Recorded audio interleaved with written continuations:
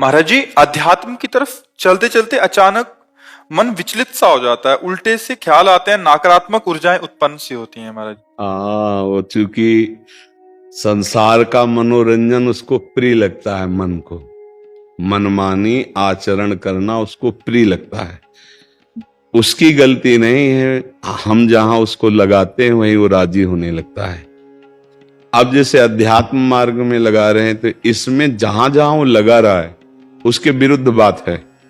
उसको भोग चाहिए, उसको हर इंद्रिय के मना खष्टान इंद्रियाणी प्रकृति स्थान कर सती, 5 ज्ञानेंद्रियों के द्वारा विषयों में विचरने का स्वभाव बना लिया है। भगवान कह रहे हैं आप भगवान के अंश, ममैवांशो जीव लोके जीव भूता सनातना मना खष्टान इंद्रियाणी प्रकृति स्थान कर सती। आप इस मन के भुलावे में आकर, मन भोगों के भुलावे में आपको फंसाकर ये सदैव अधीन रखा है।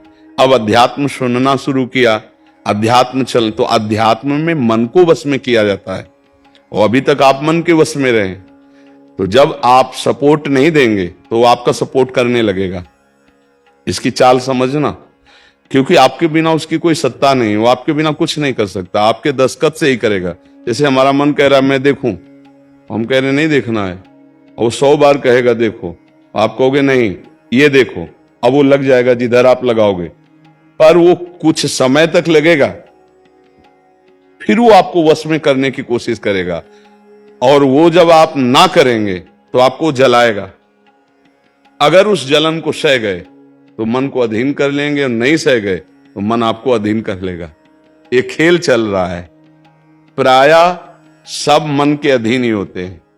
मन को कोई चेला बनाने वही सच्चा गुरु। दूसरों को तो चेला बनाना सहज है, मन को जो चेला बना ले वही सच्चा गुरु। मन ने सबको चेला बना रखा है, नहीं बना रखा? जैसा जैसा कहता है वैसे ही करना पड़ता है।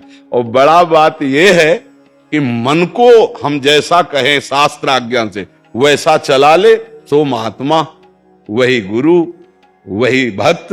नहीं तो भाई भेष चाहे जो हो, पर मन के अधीनता से मुक्त होना बहुत कठिन होता है। कोई बिरला मन को अधीन करके भगवान की प्राप्ति करता है। तो आप लोग उसी बिरले में हैं, क्योंकि अगर सत्संग मिल रहा है, साधु संग मिल रहा है, और अध्यात्म की बातें सुन रहे हैं, अध्यात्म में चल रहे हैं, तो हम ये नहीं कह सकते कि हमारे ऊपर भगवान की कृपा नहीं। कृपा है, पर हमें विचलित नहीं होना। कम से कम ये बात आप स्वीकार करते हैं कि कभी कभी वो हमको गिराने की कोशिश करता है, अर्थात आपका बहुत सहयोग देने लगा है। तो एक समय था कि हम पूरे उसके अधीन थे, आज है कि आधा आधा हो गया है। आधा वो हमारे अधीन हो रहा है, आधा अपने अधीन करना चाहता है। तो चढ़ाई और चढ़ते जाओ, उसके पॉइंट कम करते जाओ, अपने पॉइंट बढ़ाते जाओ कि अब 60%, अब 65%, अब 70%। फिर जिस दिन 100% तो तुम्हारे अधीन हो गया, उसी दिन भगवान के आनंद का जो स्वरूप है वो प्रकाशित कर देगा। अब ये लड़ाई बहुत जोर की है, छोटी मोटी लड़ाई नहीं है।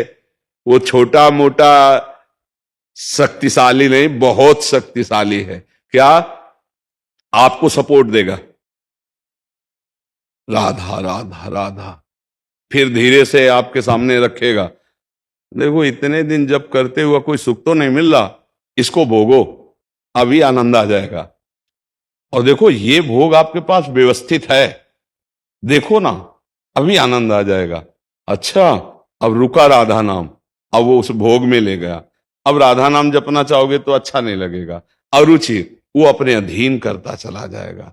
कोई विवेकवान गुरु कृपा पात्र इसकी ये चाल समझ जाता है, अरे अरे मुझे तो पुनः फंसा रहा है, गिरा रहा है। नहीं नहीं नहीं, राधा राधा राधा राधा राधा राधा राधा राधा राधा, तब बचा जा सकता है। ये बहुत प्रवीण है मन, बहुत फुसला के फंसाता है। ऐसे ही फंसाता है कि देखो देख लेंगे, छुएंगे थोड़ी, नजदीक पहुंचा जिस विषय का, छू लेंगे, कुछ होगा थोड़ी, और धीरे धीरे धीरे वो तुम्हें लगेगा कि यार गलती हो गई, ऐसा क्यों हो गया, ऐसा यूं हो गया कि उसकी चाल को नहीं समझ पाए हम, उसकी चाल को नहीं समझ पाए। हर एक इंद्री के साथ ये जुड़ा हुआ है। ये सुन लेंगे, ये देख लेंगे, ये छू लेंगे, ये भोग लेंगे, इन्हीं इंद्रियों के कारण हमें परमात्मा प्राप्ति नहीं हो रही। यही इंद्रियां भोगों में फंसाए हुए हैं और उसका मुखिया ये मन है।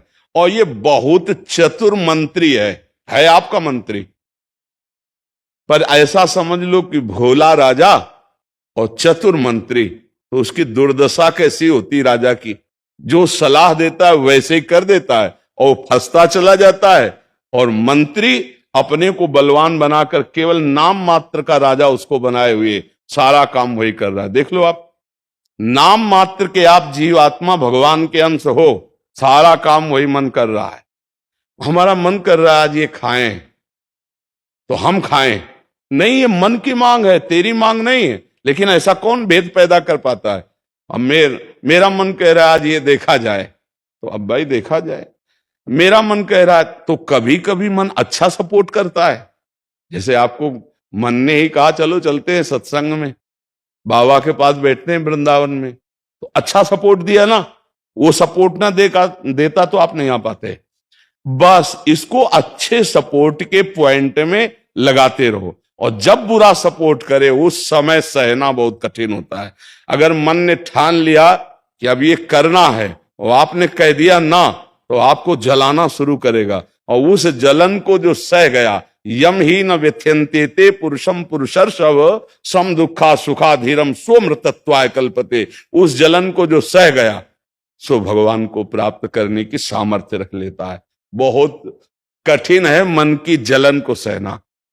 बाहर के थप्पड़ सह जाना सही, लेकिन मन के थप्पड़ सहना बहुत कठिन, सबको गिरा देता है।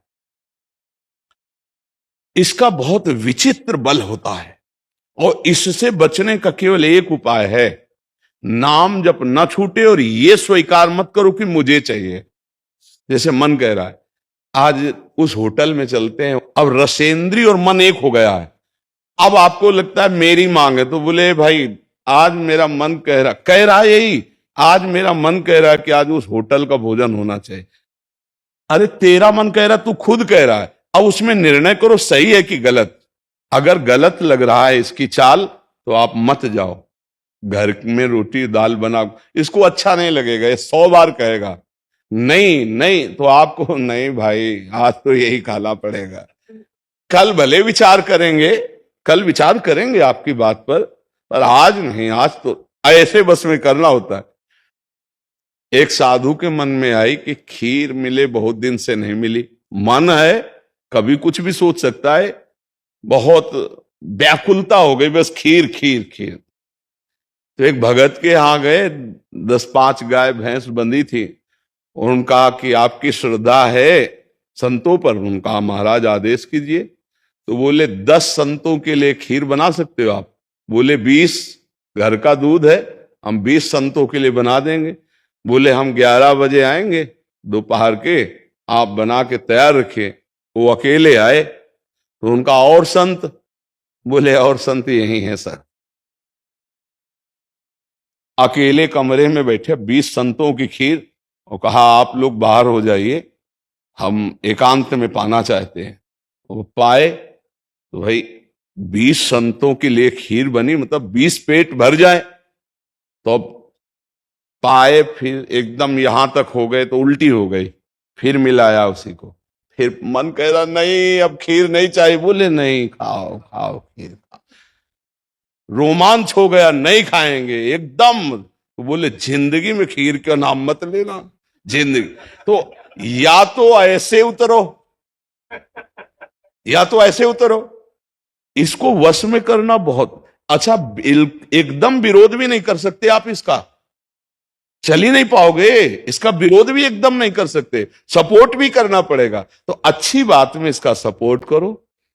अब कह रहा है जैसे हमें आज मीठा खाना है, ठीक है तुम्हारी मांग बुरी नहीं है। गए किसी अच्छी दुकान से लिया, ठाकुर जी को भोग लगाया, पा लिए, तो उसका सपोर्ट हो गया।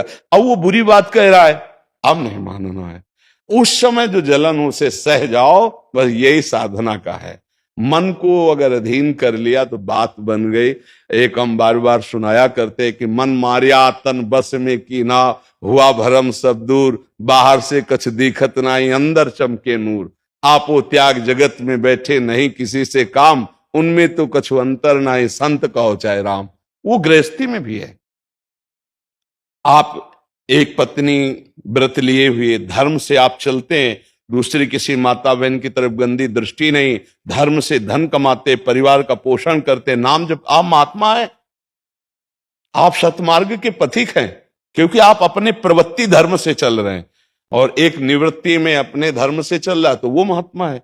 ऐसा महात्मा का मतलब केवल वेश से नहीं होता, महात्मा का मतलब उस लक्षण से होता है। अगर आप भागवतिक लक्षण से हैं तो आप भक्त हैं, आप वैष्णव हैं, आप महात्मा हैं। तो मनुष्य जीवन का परम लक्ष्य है मन को अधीन करके परमात्मा प्राप्ति करना। अगर मन अधीन नहीं हुआ तो परमात्मा प्राप्ति में बड़ी बाधा खड़ी हो जाती है। नाम जप करते रहो, धीरे धीरे वो बल आता रहेगा नाम जप से कि आप मन को अधीन कर लोगे। नहीं तो पीछे वाले बैच में यही कह रहे थे कि जितनी जेल भरी है ये सब मन से ही भरी है। नहीं बोले ऐसा क्यों किया? बोले मन ने कह दिया, आप क्या करें, हम तो कहते थे नहीं करना और इस मन ने फंसा दिया। तो बोले 20 साल की सजा, अब भोगो जेल। मन की एक हरकत ने पूरा जीवन बर्बाद कर दिया। मन की एक हरकत ने फांसी पे चढ़वा दिया। वही मन की तो हरकत है। तो हमें लगता है बहुत होश में रहा जाए। ये जो मंत्री है सलाहकार मन, इस पर नजर रखी जाए कि इसकी गलत सलाह पे दस्तखत ना करो। और अगर आप स्वीकृति नहीं देंगे तो कुछ नहीं कर पाएगा, पक्का समझना। आपकी स्वीकृति से ही होता है जो कुछ होता है। आप जहां कह देते हैं कि चलो अच्छा ठीक है, बस फिर आपकी कोई गम नहीं है, वो आपसे करवा के मालेगा। इस तरफ बलवान मन है, बड़े बड़ों से करवा लेता है। आप तो मान लो गृहस्थी में हो, जिसने आजीवन भगवान का मार्ग चयन किया है उसको भूल में डाल देता है, गलत मार्ग में ले जाता है। आप तो गृहस्थी में मान लो आपसे चूक होना स्वाभाविक है, क्योंकि प्रपंच माया प्रपंच में जिसने जीवन भर के लिए नियम लिया है उससे भी चूक करवा देता है। बड़ा विचित्र मन है। हाँ, अगर मन कहीं अधीन हुआ है तो भगवान का आश्रय लेकर और विवेक के द्वारा इसे अधीन किया जाता है। और विवेक ये बाजार में मिलता नहीं है, ये सत्संग से मिलता है। जैसे आप सुन रहे हैं, बिन सत्संग विवेक न होई और राम कृपा बिन सुलभ न सोई। सत्संग होता है भगवान की कृपा से, और सत्संग से मिलता है विवेक, और विवेक से मन का शासन निर्णय किया जाता है। तू गलत सलाह दे रहा है और मेरी मांग नहीं तेरी मांग है, मैं इसको रिजेक्ट करता हूं, नहीं पास करता हूं। बस वो